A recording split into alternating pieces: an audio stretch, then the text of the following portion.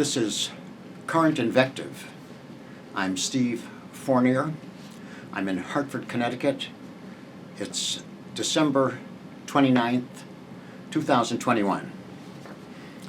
I'm reading. This is called Pushers United. Some people are suggesting that the public health response to the coronavirus is intended principally to sell vaccines. And this message may be resonating with a significant slice of the general population. Is there a reasonable basis for skepticism? There's no question that the epidemic has been a windfall for the people who own the means of production, including the pharmaceutical industry. We Americans do tolerate, after all, a concentration of business assets in the hands of a minuscule contingent of obscenely wealthy individuals. And they've increased their holdings considerably over the months spanning the viral outbreak, with prescription drug manufacturers cashing in at astronomical levels. That fact alone may be rational grounds for suspicion. There's also no question that drug advertising dominates the mass media. Drug ads now interrupt television programs, especially news, at intervals so frequent that you have to tune in C-SPAN to avoid them. There was a time when prescription drug TV ads were proscribed. Prescription decisions should be clinical and not based on hype. But our leaders capitulated to drug mongers so that your news stream is now sponsored by millions of dollars in drug proceeds. Might viewers reasonably suspect that the pandemic panic unfolding on their TV screens is part of a drug promotion?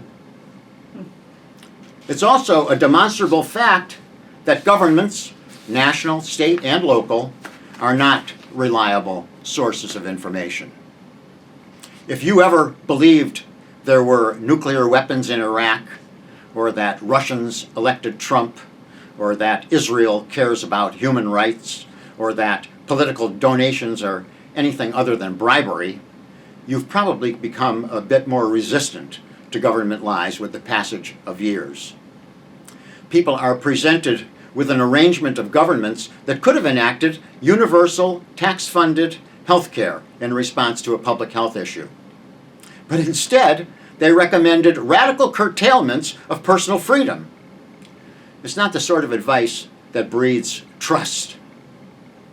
Then there's the cui bono question. Who benefits from the curtailments of personal freedom we're commanded to accept? Isn't it the same people who issue the commands? We know that totalitarian rule facilitates exploitation. We know the agencies meant to oversee public health regularly exchange personnel with the entities they're supposed to oversee. We know bureaucrats like Dr. Fauci are allowed to profit from investments in such entities. Isn't this in-our-face corruption giving us lockdowns when we need health care? People would have to be pretty stupid not to notice when a notoriously corrupt authority adopts second-tier measures that, as events have shown, don't work. As for the second-tier measures themselves, you can't make a sound decision whether any of them actually have a clinical basis. For every assertion in support of the government line, there's a contrary argument, typically just as compelling or more so. There are epidemiologists who say vaccination should be mandatory and universal, and others who say vaccines should be administered to vulnerable populations and shouldn't be mandated. Try to get a reliable answer to the question whether vaccine immunity is inferior or superior to immunity from infection and recovery. history suggests it may not be unreasonable to distrust all reports on any topic from any source. You're left to pick and choose which menu items might be right for you and your family.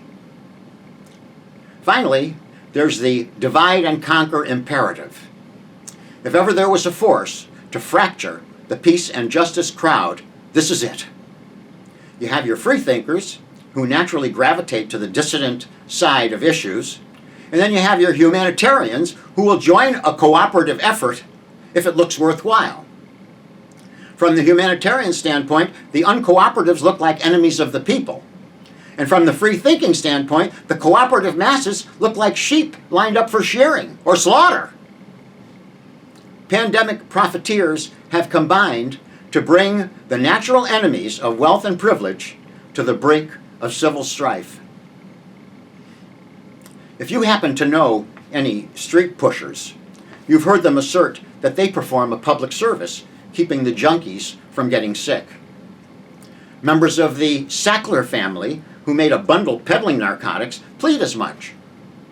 Can you blame people for believing the pushers are motivated by something other than public health and maybe are pushing more than mere drugs? This is Current Invective. I'm Steve Fournier.